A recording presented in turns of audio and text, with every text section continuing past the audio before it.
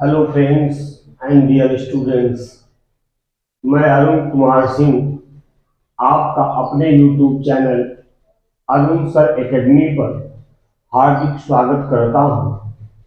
आज हम आपके सामने लेकर आए हैं इंटरमीडिएट की फ्लेमिंगो बुक की सेकेंड लेसन, जिसका नाम है last spring, composed bye Anish जंग या रिटन बाय अनीश जंग।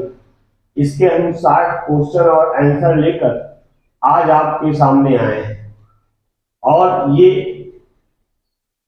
बोर्ड परीक्षा के लिए अत्यंत महत्वपूर्ण प्रश्न उत्तर है। इनको सभी विद्यार्थियों से ये हमारा रिक्वेस्ट है कि आप अपनी कॉपी में जरूर नोट कर लीजिएगा।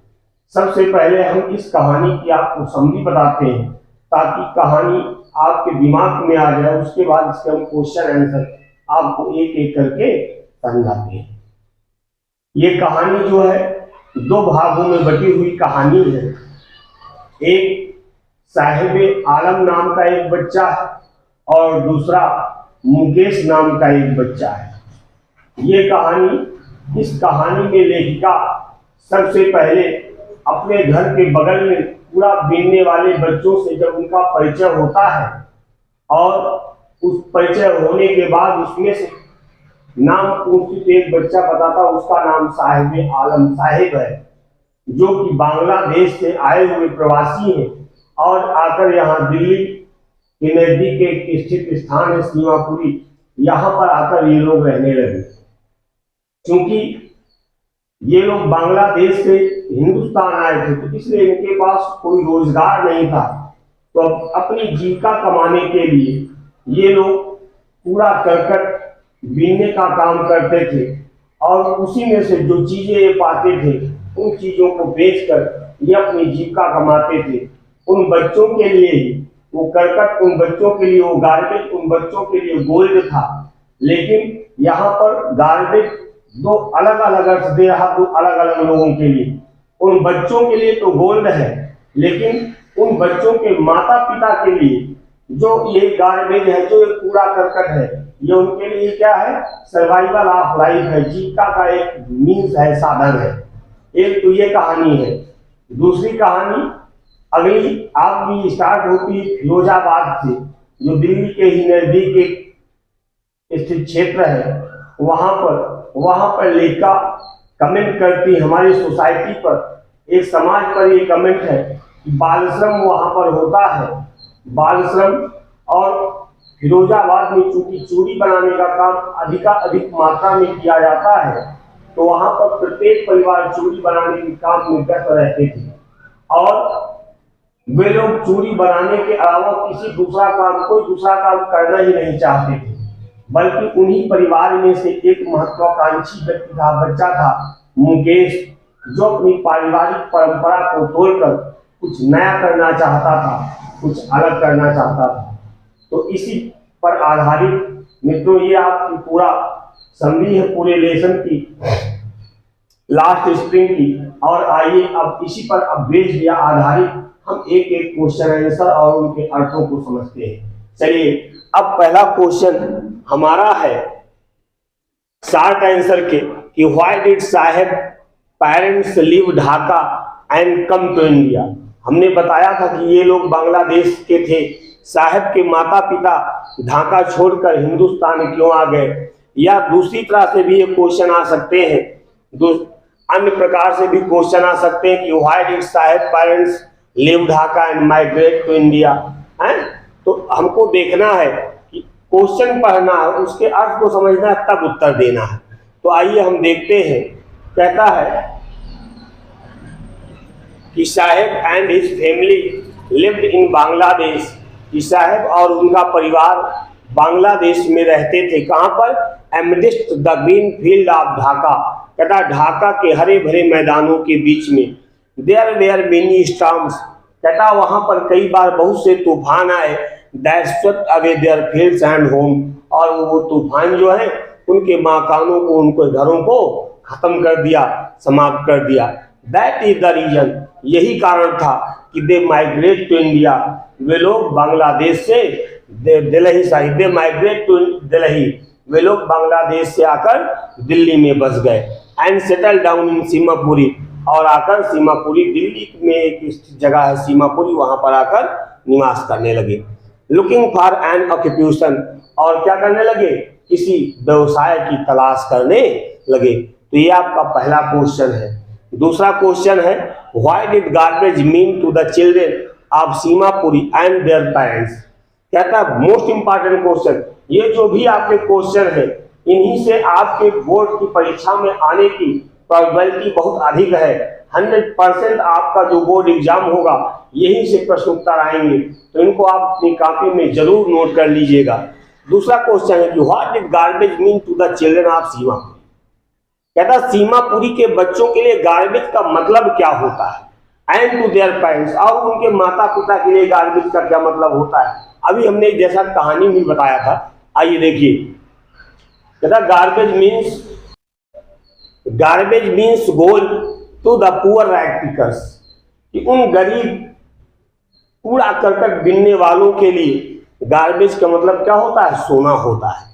Because some of it can be sold for cash, क्योंकि सम ऑफ इट, इसमें से कुछ चीजें जो करकट से, कूड़ा करकट बीनने से वो पाते थे उसको क्या करते थे, सोल्ड फॉर कैश, नगद में बेच देते थे। दस becoming a mean of survival for children of Seemapuri. कहता 10 माने, और इस प्रकार बिकमिंग अ मीन मीन्स एक साधन बन गया survival for the children of Seemapuri, Seemapuri के बच्चों के जीवन जीने का। एंड फॉर देयर पेरेंट्स, और उनके माता पिता का। It is providing them there daily bread, क्योंकि ये कचरा उनको क्या देता था, उनकी रोज की रोजी रोटी देता था। And roof over their heads, और उनके सर के ऊपर क्या देता था, एक छत देता था। अगला क्वेश्चन है, what explanation does the author offer for the children not wearing footwear. कहता what explanation does the author offer, कहता है कि लेखिका कौन सा प्रस्ताव देती है फॉर द चिल्ड्रन मीन्स बच्चों के लिए नॉट वेयरिंग फुटवियर, मतलब लेखिका से वे बच्चे जो चप्पल नहीं पहने हुए थे वो लेखिका को चप्पल न पहनने का क्या कारण बताते हैं, ये क्वेश्चन है। तो आइए इसका उत्तर देखते हैं कि travelling across the country, travelling across the country means संपूर्ण देश में यात्रा करने के दौरान the author has seen children walking barefoot. The author means लेखिका ने हैज सीन चिल्ड्रन मीन्स बच्चों को देखा, वॉकिंग बेयरफुट मीन्स नंगे पैर टहलते हुए, इन सिटीज माने शहरों में, ऑन विलेज रोड्स मीन्स होता गांव की सड़कों पर। और फिर जब लेखिका कारण पूछती है, asking the reason for it, asking the reason for it, इसका कारण पूछने पर वन स्टूडेंट, एक बच्चा लेखिका से, देखिए कितने होशियार भी हैं बच्चे, एक बच्चा लेखिका से कहता है कि that is not lack of money, कि हम लोग चप्पल नहीं पहने हुए पैसे के अभाव की वजह से नहीं है, but it is a tradition to stay barefoot, बल्कि नंगे पैर रहने की हमारे यहाँ क्या है, परंपरा है। उसके बाद क्वेश्चन नंबर 4 हमारा है कि what kind of gold did the people of Seemapuri look in the garbage. कहता व्हाट काइंड ऑफ गोल्ड, किस प्रकार का सोना, did the people of Seemapuri mean Seemapuri के लोग look in the garbage mean पूरा करकट में ढूंढा करते थे। तो चलिए आइए हम इसका आंसर देखते हैं कि the people of Seemapuri look for items in garbage. कहता the people of Seemapuri, Seemapuri के लोग look for items in the garbage, कहता करकट में आइटम्स मीन्स चीजों को ढूंढते थे, which can be traded for money, कहता जिसे वो पैसे में बेच सकते थे, मीनिंग गोल्ड, और जिसका उनके लिए बच्चों के लिए क्या होता था, सोना होता था। As it helps them to earn their daily bread, क्योंकि यह उनकी रोजी रोटी, देयर डेली ब्रेड, उनकी रोज की रोजी रोटी थी। And have a roof over their heads, और ये उनके सर के ऊपर की क्या थी, छत थी। For a child garbage means something wrapped, कहता बच्चों के लिए गार्बेज का मतलब समथिंग रैप्ड, कर लिपटी हुई कोई एक चीज थी। वेयरएज फॉर द एल्डर्स, जबकि वयस्कों के लिए या बड़ों के लिए it is a means of survival, ये जीविका का एक साधन था। तो इस तरह मित्रों दोस्तों गार्बेज के दो लोगों के लिए दो अर्थ हो गए, बच्चों के लिए आपका क्या है, गोल्ड है, और वयस्कों के लिए क्या है, मीन्स ऑफ सर्वाइवल है। चलिए इसके बाद अगला क्वेश्चन देखते हैं कि describe Mukesh as an ambitious person, कि मुकेश को एक महत्वाकांक्षी व्यक्ति के रूप में किस प्रकार हम देखते हैं। आइए इसका आंसर देखते हैं। बहुत बढ़िया क्वेश्चन है, आने की इस बार संभावना भी है। Mukesh is an ambitious person, Mukesh एक महत्वाकांक्षी व्यक्ति था। Because he wants to become a motor mechanic, क्योंकि वो मोटर मैकेनिक बनना चाहता था। क्या तोड़कर? बाय ब्रेकिंग फ्री फ्रॉम, वह तोड़कर, free from the vicious web, means उन कुचक्रों को तोड़कर, आप जनरेशन ऑफ फैमिली, जिसमें जनरेशन ऑफ फैमिलीज होता उसकी पीढ़ियां, जिसमें उसकी पीढ़ियां इन्वॉल्व मीन्स लगी हुई थी इन बैंगल मेकिंग मीन्स चूड़ी बनाने के काम में, कहता उसकी पीढ़ियां लगी हुई थी, उस परंपरा को वो तोड़ना चाहता था। He had the courage to dream of becoming a motor mechanic, क्योंकि उसके अंदर मोटर मैकेनिक बनने का स्वप्न देखने का साहस था। दस ब्रेकिंग फ्री फ्रॉम डेस्टिनी, और इस तरह से उन अपने पुरानी परंपराओं को तोड़कर वो अपना स्वयं का भाग्य बदलना चाहता था। हम लोगों को भी यही चाहिए कि जो लीक से चली आ रही परंपरा है उससे हटकर हमको कुछ करना है, उससे हटकर हमको कुछ सोचना है, तभी हम जीवन में सफल हो सकते हैं। अगला क्वेश्चन है, why was the author embarrassed when Saheb asked if her school was ready. बहुत बढ़िया question, why was author embarrassed, लेखिका शर्मिंदा क्यों हो गई। व्हेन साहेब, एम्बारेस्ड स्पेलिंग भी देख लीजिए, बड़ी अच्छी स्पेलिंग है। When Saheb asked if her school was ready, जब साहब ने पूछा कि क्या उनका स्कूल रेडी है, क्योंकि लेखिका एक बार साहब से झूठा वादा कर लेती है और जब साहब उनसे पूछता है तो उसको टाल देती है, क्योंकि लेखिका के मन में एक विचार आता है कि इन लोगों की पूरी जिंदगी ही झूठे आश्वासन पर ही आधारित होती है। लेकिन मित्रों, कभी भी किसी भी गरीब से कोई झूठे वादे नहीं करने चाहिए। आइए इसको हम देखते हैं कि व्हाई वाज द ऑथर एम्बारेस्ड, का शर्मिंदा क्यों हो गई। व्हेन साहब asked if her school was ready, जब साहब ने पूछा कि क्या उसका स्कूल तैयार है। तो व्हेन साहब आस्क्ड द ऑथर, जब साहब ने लेखिका से पूछा कि क्या हर स्कूल वाज रेडी, क्या उनका स्कूल तैयार है, तो सी से उन्होंने कहा that it took longer to build a school, ये स्कूल बनाने में काफी समय लगता है। सी वाज एम्बारेस्ड, और वह शर्मिंदा भी हो गई। क्यों? Because C made a promise, क्योंकि उन्होंने एक ऐसा वादा किया था दैट वाज नॉट मीन, जिसका कोई अर्थ ही नहीं था। अगला क्वेश्चन हम देखते हैं, क्वेश्चन नंबर 7 है, इट इज हिज कर्म his destiny explain. It is his कर्म, यह उनका कर्म है, हिज डेस्टिनी उनका भाग्य है, एक्सप्लेन इसका वर्णन करो। ये भी हमारा बहुत बढ़िया क्वेश्चन है। चलिए अब इसका हम आंसर देखते हैं कि मुकेशाज ग्रैंड मदर, मुकेश की दादी माँ बिलीव्स इन डेस्टिनी, तथा भाग्य पर ज्यादा विश्वास करती है। अमूमन महिलाएं जो वो भाग्य पर ज्यादा विश्वास भी करती हैं, वो कर्म पर ज्यादा विश्वास करती हैं, और खास करके वो पुरानी महिलाएं। आज की महिलाएं तो चांद पर पहुंच रही हैं, आज की महिलाएं तो वायुयान चला रही हैं, है ना।